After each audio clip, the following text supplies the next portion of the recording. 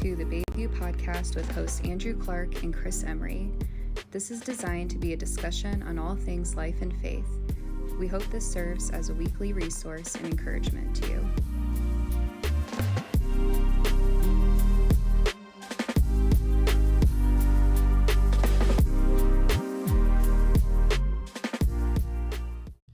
What's going on, everybody? Welcome to another episode of the Bayview Podcast. I'm one of your hosts, Andrew, joined as always by Mr. Chris Emery. How are you, sir? I'm doing fantastic. How are you today?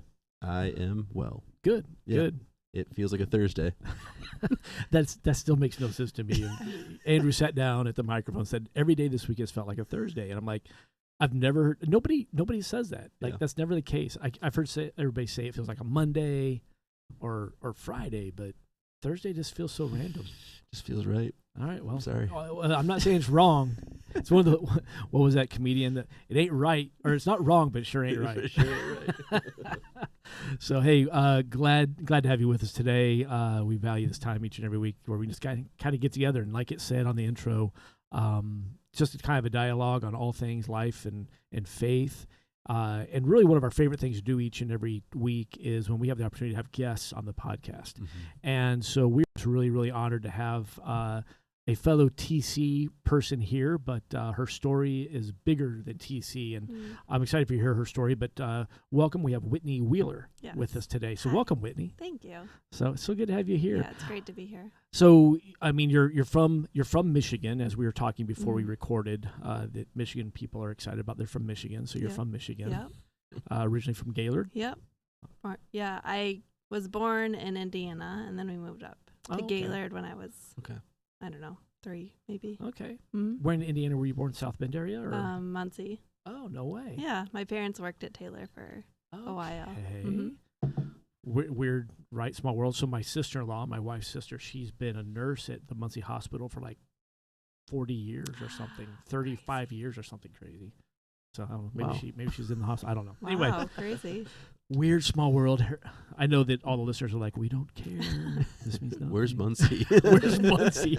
Good question. Ball State. If you've heard of Ball State, that's where Muncie is. So. Oh, sweet. Okay. So here's the deal. So, well, first of all, you're married. Family. Yeah. So I'm married to Matt Wheeler, and we have 3 kids. Zachary is 12, Rebecca is 10, and Samantha is 9. Very cool. Very cool. And you guys live here in TC. You're telling us you're a school counselor? Yeah. So Matt was in the military for a while, and so we would move around every couple of years, and then he medically retired 5 years ago, and we're like, okay, now we get to choose where we're going to go, where are we going to go to? And so we decided Traverse City because we're close to family still.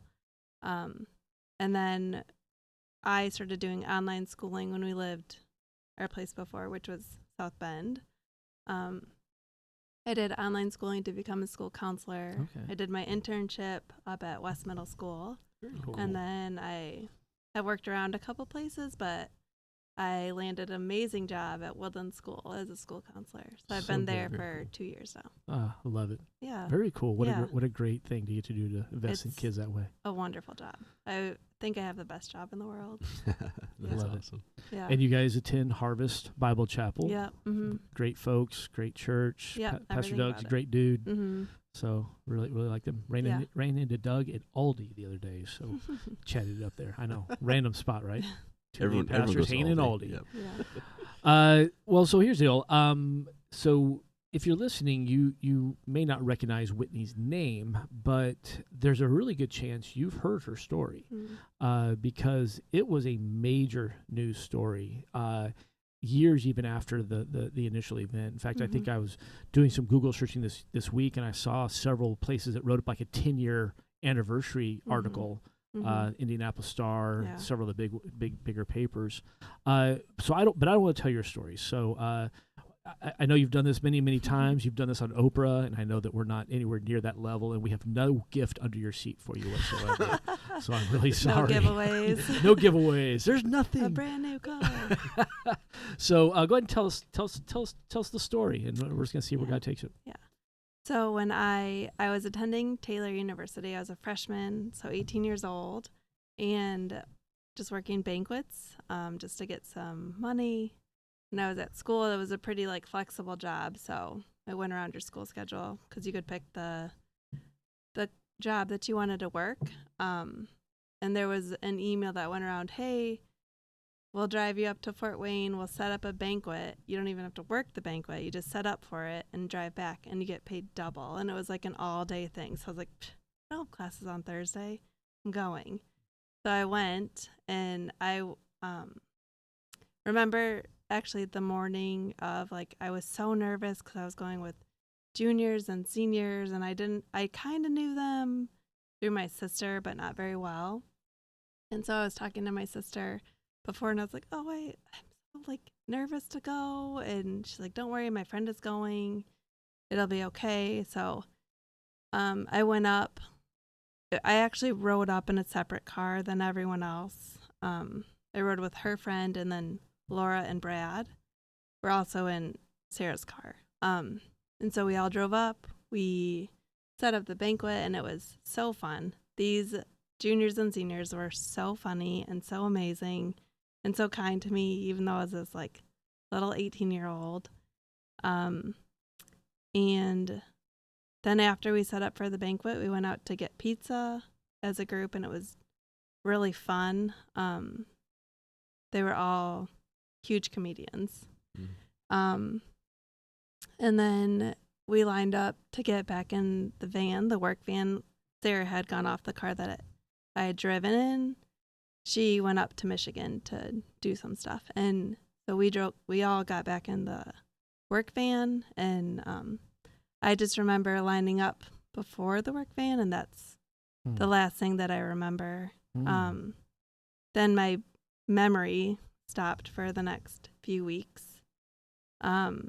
So this is just from like hearsay, what happened now. But when we were driving back to Taylor University, which was an hour south, a truck had driven over had fallen asleep. The driver had fallen asleep and had crossed over the median and hit our car, our work van, and bodies just went everywhere. And so the ambulance came and helicopters came, and they quickly like ID'd people who they were. This is Brad. This is Betsy. This is Laurel. It was easy to decide. And then my body, sorry.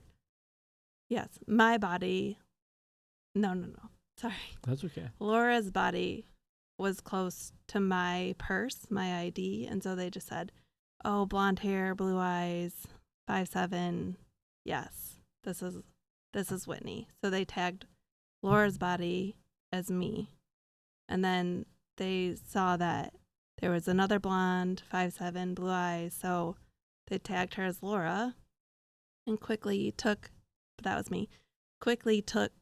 me up in the helicopter and flew me back up to Fort Wayne, where they did like so much medical care and so much medical work. I was in a coma for 3 weeks, and during that time, Laura's family was called and said, your daughter's been in a serious accident, but she is in the hospital right now. We're just maintaining her, but she's in a coma. We'd love for you to come be with her. So they dropped everything and came to the hospital, and they are from Grand Rapids area, or were, and they dropped everything and just lived at the hospital with me, Parkview Hospital. They were with me for 3 weeks while I was in the coma, and then like I slowly started to come out of it, because when you come out of a coma, it's not all of a sudden everything comes back to normal. Right. Maybe it is that way in some situations, but not my situation. So then the next couple weeks I was moved up to Spectrum Health in Grand Rapids, so closer to the Van Ryan's home, and just doing therapy. Did 3 therapies a few times a day, and then I would just lay in a dark room because my brain was still healing. I had a traumatic brain injury, and so my brain was still healing, so they wouldn't really be in the room with me because the noise was too loud for me. was really high maintenance, I guess, at that time. But then, yeah, after like the 2 weeks of like slowly coming out of it, I started to talk a little bit more. And so Lisa, the older sister, would ask me some questions, or like in speech therapy, I would answer questions how I would answer, how Whitney would answer, not Laura. And so it started to raise a little bit of confusion and like questions, but the doctors were like, she's gonna maybe answer the way that maybe she was sitting next to Whitney right before the car accident, and so she's gonna talk a little bit more like Whitney. And to reverse that a little bit, so when the Van Ryans came to see me, like the doctors stopped them before they came into the room and was like, just so you know, Laura, your daughter's had a traumatic brain injury, and so much can change because of the brain. So like the way she looks, the way her eye color is, like it can change her teeth, like it can change these things. And so that's just what they went in seeing, and I was swollen and had like wraps all around me and wires coming out. So it just like set them up that way. Wow. And then so I started just talking a little bit more and saying things. I knew some of Laura's friends because Carly and Laura were like in the same circle. Carly is my older sister. Yep. And so I knew a lot of people that Laura knew, and Taylor's not that big, so I knew a lot of these people, knew them as a freshman in college. So on the flip side, the Cerak family, my family, when the accident happened in April 26th, they were called immediately and said, there's been a serious accident. Your daughter has passed away in the accident. And so my mom came down, my sister, two of my sisters, and my dad was on a missions trip, so he wasn't there. But then when my mom got to the Marion Hospital, they didn't ask her to identify the body. They're like, a family friend has already identified, so we're not going to let you, you don't need to do that. So she didn't think twice of it. And so they had a funeral for me. They like packed up my college room, and then they drove home, and then a week later they had not a week later. So the accident happened on the 26th, and my birthday is on the 29th. And so they actually had the funeral on my birthday. Oh, wow. And so it was just like a quick turnaround for everything, all these crazy emotions that are going on. And for Taylor University too. So many people were affected by this accident. And so they had a funeral for me, and then just tried to live life, for the next 4 or 5 weeks. And then back to the hospital in Grand Rapids, I'm starting to talk more, very, very groggy and like small answers, but I would answer more like Whitney and not like Laura. And so Lisa, the older sister, she like started to ask a little bit more questions. And then she said, what are your parents' names? And I said, Newell and Colleen.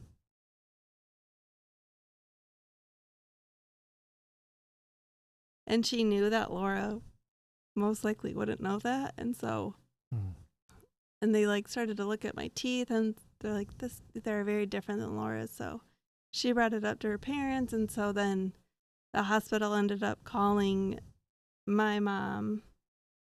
My dad was on another missions trip at this time. So, they had called my mom and asked her to get dental records and come down to Grand Rapids because they thought that her daughter Whitney was alive. And she's like, no, my daughter passed away 5 weeks ago. And then my sister is like, who was 2 years older than me. Carly's like, just hang up. Someone's playing like a mean joke on us because this hasn't happened before. And so they end up getting dental records and they go down to Grand Rapids. And the second that they opened the door, they knew that it was me. Wow. So then the Van Ryans are like so gracious and so kind. And loving that they waited in the waiting room, and my mom and sister, and then Sandra, who is basically our sister, she came in to talk to the Van Ryans because it was too much for me. So they like shut the door again so I could be in my dark room. And the Van Ryans were just like, we're so sorry. We should have known. And just my mom was like, we're so sorry that you lost your daughter. Like, it's just a really hard situation. And so the Van Ryans ended up just like leaving the hospital. And then I was with my family. So now, like, from my point of view, this is maybe a longer story than you were hoping for. No, not at all. Okay. Not at all. From my point of view, so I remember eating pizza, and I remember like getting back into the car, and I thought we had driven back to Taylor because something like this had happened a couple weeks ago where they had driven me back to my dorm from the dining commons. Okay. Brad and Laura. And so I just, like, in my mind, it was the same situation. They had dropped me off and I was just back in my dorm. And so I didn't know about the accident. And I didn't know that people had died in the accident. I didn't know that I was in an accident. I just thought everything that I had remembered had been a dream. And so my family did a really good job, and the Van Ryans too did a very good job of like shielding me from all the news because it caught a ton of news, especially at that time. And so, one day I just started to ask them questions, and then I like was so sad when I found out. Gosh, I think the first night I had asked like if people had passed away in the accident, and so they told me, and I was like so sad. I was like just cried a ton. And then the next day I started asking more questions, and they told me about the mix-up with Laura and I, and I'm like, no, like this is like crazy dream. I'm going to wake up and I'm going to tell you all about this dream. And so it took a long time for them to convince me that it wasn't a dream, that it was real. And so then it's just like reality of everything. And I was so sad about what had happened, and not with a brain injury, just like not totally understanding everything either. And so I remember one of those nights, I don't remember which night, but one of those nights I was like talking to my dad, who just loves the Lord so much. And I was like, Dad, I don't understand. I was like, why would this happen to me? Like, I don't understand this. And he's like, Whitney, why not you? Like, just because you trust in the Lord doesn't mean we're safe from things, but like, he sees like your love so much for him that like, why not you? You know, like, think of how much this can be used to glorify God. And he said it in a more like G-rated way, easier for me to understand at that time. But yeah, so from then on, I just did therapy. So the accident happened in April. I lived at the hospital May, June, July, half of August, so 3.5 months. And then I went back to Taylor University at the end of August. No way. As a Wow. sophomore in college. Wow. Mm. So did you finish out your time at Taylor then? Yeah. So I went back. So freshman year, I earned credit. I did most of the classes. I just didn't take the finals for second semester, but they passed me. And then sophomore year, because the Lord had done this miraculous healing, like the left side of my body, because of the accident, had been crushed. And I have like, I don't know if you can see this, but I had like trach tubes. Like I wasn't really breathing very well on my own in the beginning either. I have feeding tube scar because I wasn't eating for 3 weeks by myself. So Taylor, I'm not Taylor. So the Lord had this miraculous healing so quickly, from April, really the end of May when I started walking again, till August, this crazy recovery. Wow. And I also so physically I looked fine, except for a patch of hair that I was missing because I had to shave the front of my head, which is really embarrassing as a girl. But then mentally, I was definitely not to the capacity that I should have been, because at that time I was 19. So they would give me a neurological test, just to see how my brain was healing.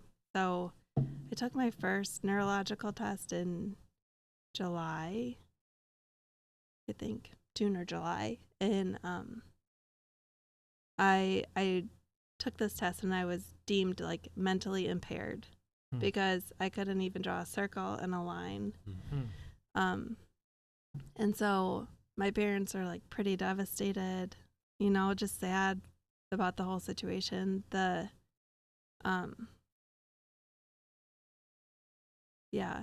then they're kind of thinking this is how life is going to be, Whitney as not a vegetable, but close to that. And just knowing who I was before, and then this is just what's been dealt to them. Yeah. So then some time progressed and I had been healing, and so the neurological doctor was like, we're going to give her another test. So this time I tested as a first grader. So there had been some improvement. And so I just continued my therapies. I think I was doing therapy 4 times a day. Wow. And just resting a lot. I lived at the hospital. Yeah. So then I took the test a 3rd time. This was more maybe at the beginning of August. And I tested as an 8th grader. And so the doctors were like, okay, she likes a challenge, so let's send her back to college and see how it goes. Cool. Sink or swim time. Yeah, yeah. And so Taylor University was so gracious to me. And they gave me a really light load my first semester, probably the first year. I only remember the first semester. They gave me a really light load. I was still doing therapy back up in Fort Wayne 3 times a week. Oh, So wow. I would take classes Tuesdays and Thursdays. And just so physically I looked fine. I had a limp and my hair was not awesome. And then mentally, I was doing okay because the lighter class load. And emotionally, I was not awesome. It ever since that night that I had found out about the mix-up with Laura and I cried so much. I feel like I cried out all my tears.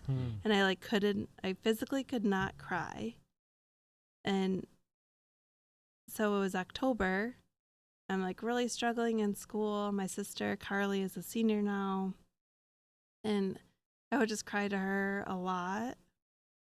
Just saying like how hard it was. And I just like don't like who I am now. Like I remember who I was right before I turned 19, and now like these are the cards I've been dealt. And so it was a huge struggle for me. And this is the time that my sister is starting to find out a lot about like the Holy Spirit. And so she's like, just come to this prayer conference with me up in Fort Wayne, learn about the Holy Spirit. And I'm like, okay, sure. And so we go up to Fort Wayne, and there was this amazing prayer conference, just a small one. And Dana, who was leading it, at the end, she said, Whitney, can we pray for you? And I was like, yeah, that's amazing. And she didn't know, which I think is crazy because it happened in close to Fort Wayne, and she's from Fort Wayne, but she didn't know the story. No way. And so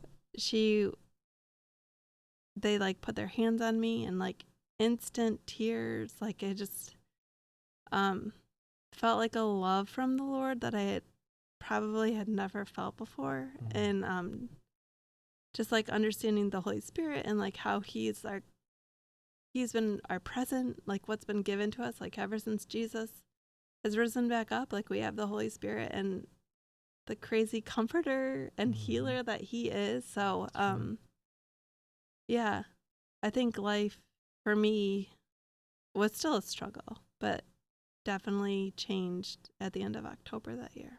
That is super cool. So what is, so thinking back to that time, we're all three of us are parents. And so obviously you can't describe the love you have for a child until you have a child. It's immeasurable.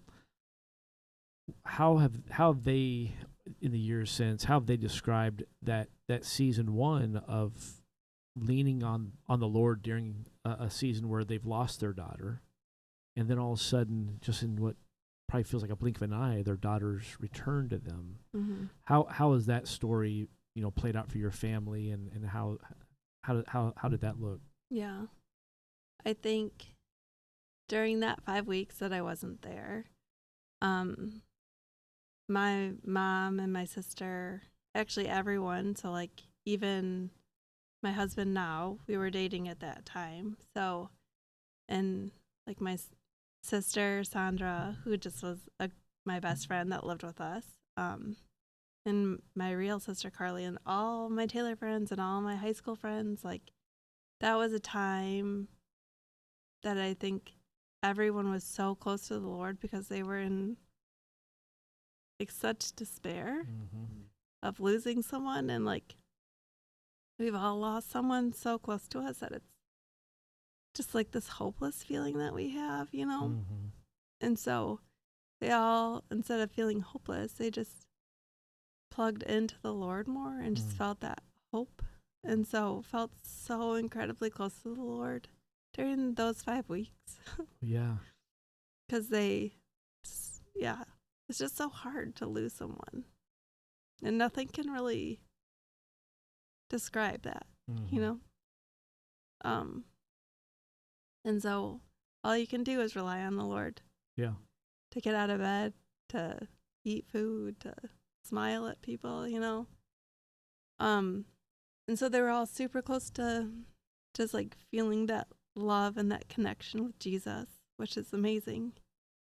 And then shabam, like I'm back, and I just think it took a whole nother trust in the Lord of, okay, this doesn't make sense. Mm-hmm.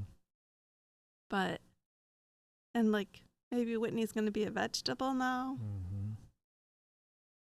So like, what does this look like for us? And so just again, trusting on the Lord for all those unknowns, because everything was so unknown. Yeah. And they had been out of it for 5 weeks. And so to like get thrown back into everything, they gave away all my stuff. Like they were just like, Oh, really? Wow. they like gave it to my friends. Like, this will mean something to them. It's from Whitney. And then I'm back. So like, She was like, Did- ask for it Did back. you and ask stuff. her back? I didn't know that this had happened until later. And I'm like, yeah, I am missing those pants. Where are they? Hey, those are my pants. Yeah. Where are my pants? Had they like cleaned out your room at all at home? Because 5 weeks isn't that long, but I mean, I think everything pretty much was at Taylor. okay, And so, yeah. yeah. They And boxed then- all that up. Then stuff in my room, maybe they had kept the same. I don't really know that. Yeah. Yeah, so it's just like, okay, now what does life look like for all of us? Mhm. And what does it look like for the Van Ryans, who like thought they had their daughter for 5 weeks, Mm. and then all of a sudden she's gone, like she had really died 5 weeks earlier, and we've been taking care of this other girl that Laura didn't even really know. So it's just, there's so many questions Mhm. through this whole thing. And I know like the world is wondering these things too, but like the only answer that I can give is our hope in the Lord. Mhm. And like, this story is something crazy, just like so many listeners and your stories, like they probably all have something that you can't really explain, right? But like the Lord is the one that's just, I don't know, like he's just the answer for everything. Mm. He's where the answers came from. He's where our peace comes from. He's where our joy for the Cerak family and the Van Ryan family and friends and Taylor University, where it all came from. So that's the only thing I can do it's the only thing I can say is like he is the ultimate comforter Mm. and the ultimate healer. And man, it's like proved true and faithful in my life. And Mm. that's why I share like my testimony. I am not a person that like seeks out anything. I Mhm. do not like attention. And from this accident, it was like instant attention Yeah. from the country and then from the world. Mhm. And I'm like, I'm 19 years old. Like Mm. I'm from Gaylord, Michigan, Yeah. you know? Yeah. I'm not an interesting person. I have like things that I like, and I like to have fun, and I'm good at sports, and I'm good at school. But like I'm not, whoa, Mhm. Sure. super interesting. I'm normal, Yeah. you know? And so I'm feeling nervous about that.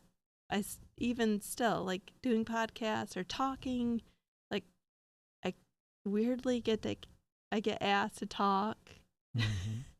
in places that I'm like, I don't know why people are asking me this, but like it's just the power of the Lord, and like Yeah. how Yeah. he is still using this testimony, he's still using my story, Laura's story, the Ceraks and the Van Ryans. Like he's still using this. It's been 18 years. And so people, I mean, I know people remember the story because you always remember crazy stories Mhm. from the news. Mhm. Even like you were saying, might not remember me or even what I look like, but remember the story. And it's just crazy how the Lord has like kept that in people's minds for 18 years, you know, Mhm. and how he's still using it. It's so cool. So even I see strength to public speak only like comes from him, Mhm. only comes from the Lord. Cause like I'm this weak person that I'm like, I can't do that. Like I remember, Chris, when you texted me, I'm like, Lauren, what did you do? Lauren. But like, I feel like just there was a season the first 10 years after the accident that I was like, no, like, I'm not speaking. I'm not doing any of this. I didn't choose this life. It just happened. Mm-hmm. I don't want this. And so, but there is a book written. So I thought, oh, this book will answer everyone's questions. Mhm. I'll never have to do public speaking. And so for 10 years, like, maybe I would be asked, or it was more quiet. And then after 10 years, Taylor University asked if I would speak at the 10-year anniversary of it at the chapel. And I was like, oh, no. Like, instantly, my answer is no. And then I just felt like from the Lord, Whitney, this is the season of yes. Like, you need to say yes to this stuff. Cool. Like, I've given you this story. Now, what are you going to do with it? You can choose to bury it in the sand, Mm-hmm. or you can choose to use it and multiply it. And so I feel like I'm still in that season of yes. But if you're listening to this, you don't have to ask me to talk. It's okay. But just in the season of yes, where the story has been just like, it like starts some kind of curiosity in people. Mhm. Like, how did these two families deal with this crazy situation, and how did they deal with this like crazy sadness? Because maybe they're going through some sadness or some crazy situation as well. So somehow someone gives them the mistaken identity book, and then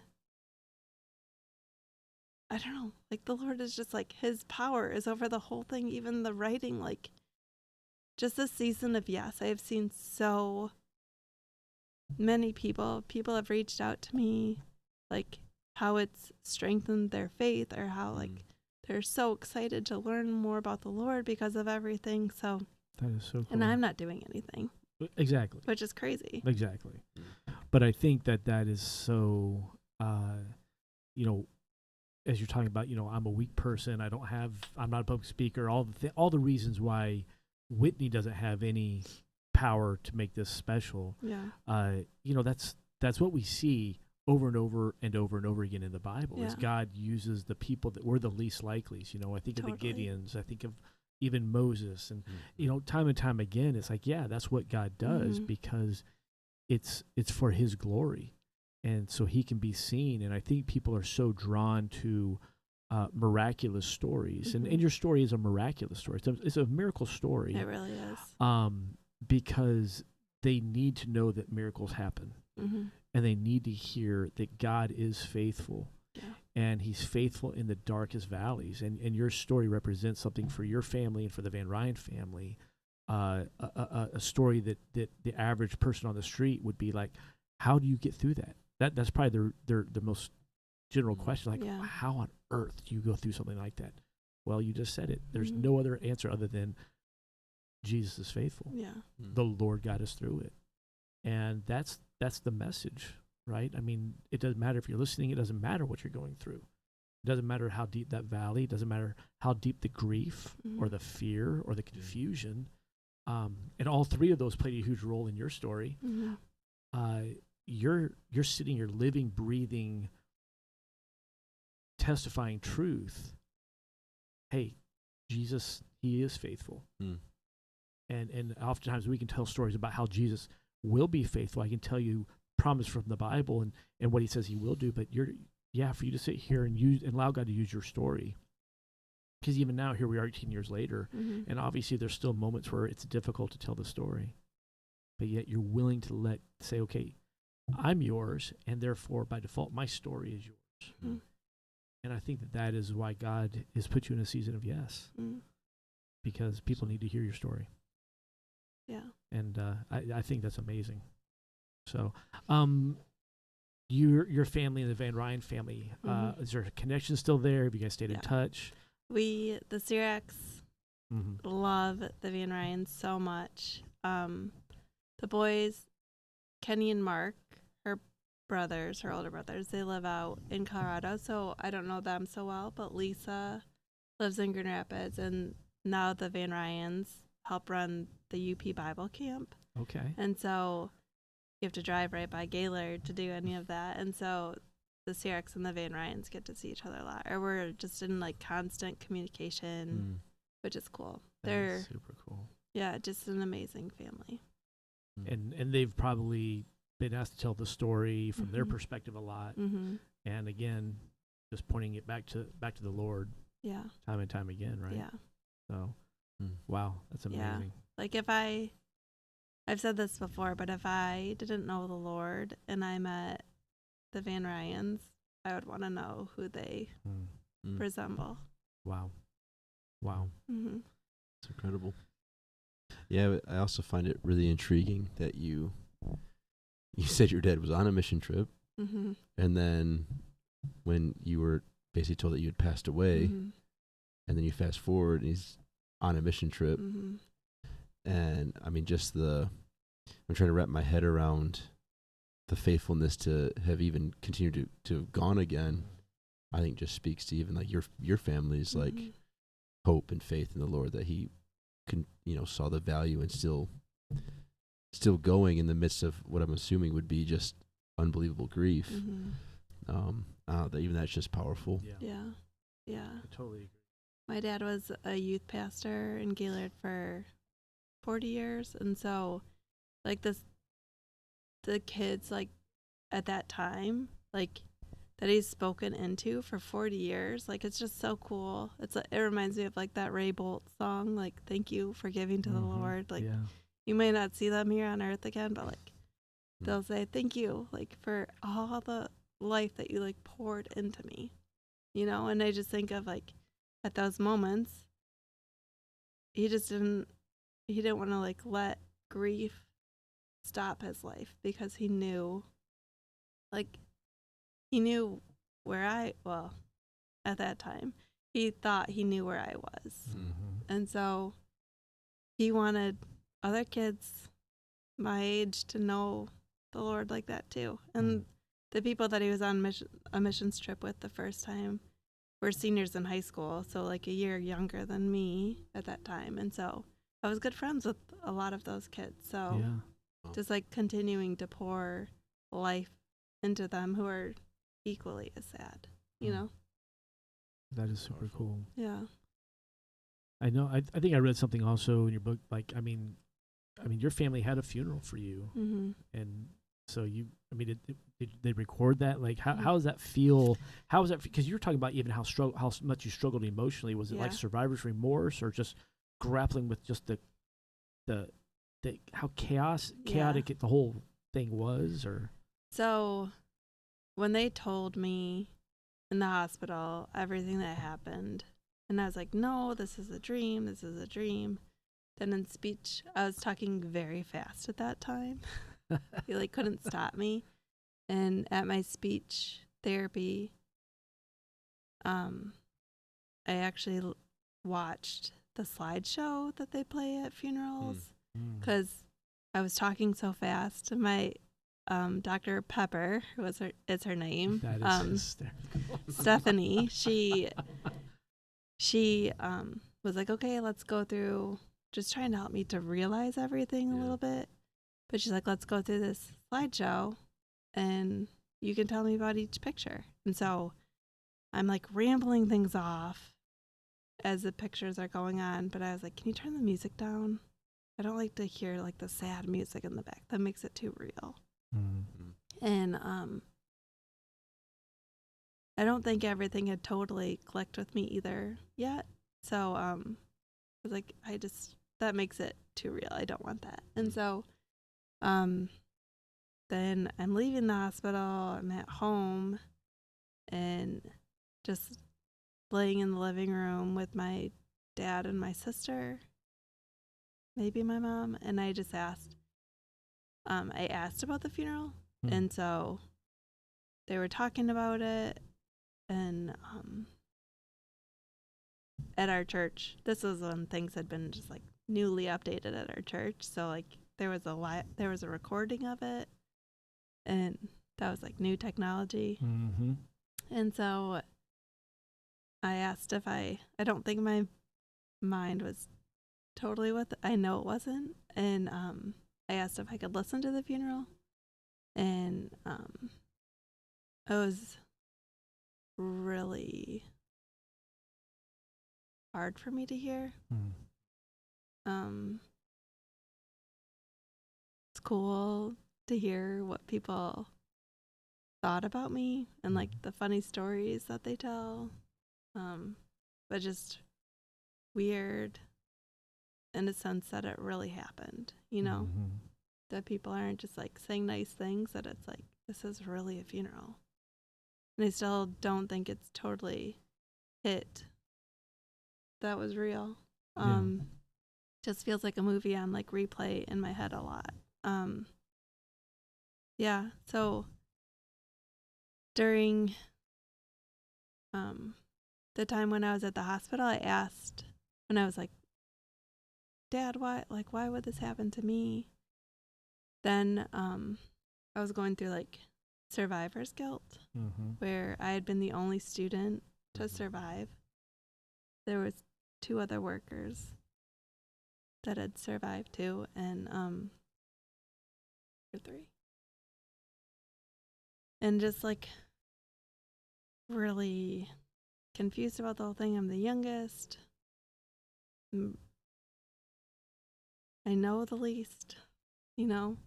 These juniors and seniors, they probably loved the Lord so much, and they know so much more than I do about the Lord, and are probably better speakers. Like, why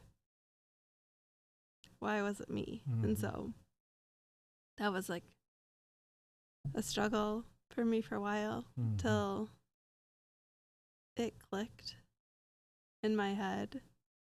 Wow, that's like who the Lord uses throughout the whole Bible. The weakest, least intelligent, not good speakers, like the youngest. That's just like ingrained in the Bible, because then you can see the Lord's, like you were saying, Chris, like you can see the Lord's like DNA through the whole thing, and how he's like, you're right, it's not you. It's not David who can do these like crazy things with Goliath. It's not, he can't take down this giant. It's me, you know. It's not Mary, this young girl who can have a baby and go through all this like persecution from people around her, judging her. Like, you're right, it's not Mary, it's me, you know. And I just think this is another part of that, just seeing the Lord's DNA. You're right, Whitney, you can't do that. You are so weak. It's not you, it's me. That's cool. Yeah. That is cool. I love that. Well, I am incredibly grateful that you are in a season of yes, and that you said yes to my text messages, and that you came and shared your story with us today. You said there's a book about it, Mistaken Identity. Is that still available on Amazon? Yeah, I don't think you can find it anywhere but Amazon or like used bookstores. Yeah. It used to be amazing. It was like everywhere, but now it's 18 years later. You never know. You never know. A lot of people are maybe intrigued. Yeah. Did somebody say was there also a movie loosely made about it? Or I think there was a soap opera. Okay. Not real, but yeah. I mean, the story's not real. Loosely based on. Yeah. There's no movie. There's been a couple, like I've spoken at a couple different places, like around the country. And there's been, what was I going to say? Oh, I don't remember. Sorry. Well, there's been a lot. I mean. That's it. Thank you. Yeah. It's Oprah and the Today Show, and then a Dateline like special. That's right. There was a Dateline special. Yeah. I have the Peacock app. I'm gonna have to go back and watch that. So, Well, it's incredible. Not just because it's an incredible story. The story by itself is great, but the way you're allowing it to point back to Jesus. Mm. That's what it's all about. And I love the way you just wrapped it up there. Like everybody in the Bible, it's not me. You're right. It's not you. It's not you. It's just me. And I think that that's something for all of us to remember, that God never asked us and will never ask any of us to do something great for him. He'll just ask if we're available for him to do something great through us. Yeah. And that is who he is. Right. That is who he is. So, well, Whitney, thank you. Thank you so Yeah. much. It's just, I could sit and listen to it all day. I'm sure I have 1,000 more questions, but I won't subject you to all of that. So we are just grateful for that. You can read the book. We can read the book, yes. I'm gonna order the book, seriously. So I'm gonna get it and definitely read it. So, hey, if you're a listener and you want to know more, go find the book. It's on Amazon, Mistaken Identity, and read more. But thank you so much for being with us today. We appreciate your time. And if you have not done so, click subscribe on whatever platform you're listening on so you never miss an episode. Because we're going to be here each and every week just having conversations, everything about life and faith and just who God is and how awesome he is. So, again, thank you, Whitney, for being with us for today. This is Andrew, Chris, and Whitney signing off of the Bayview Podcast, and we'll see you next time around.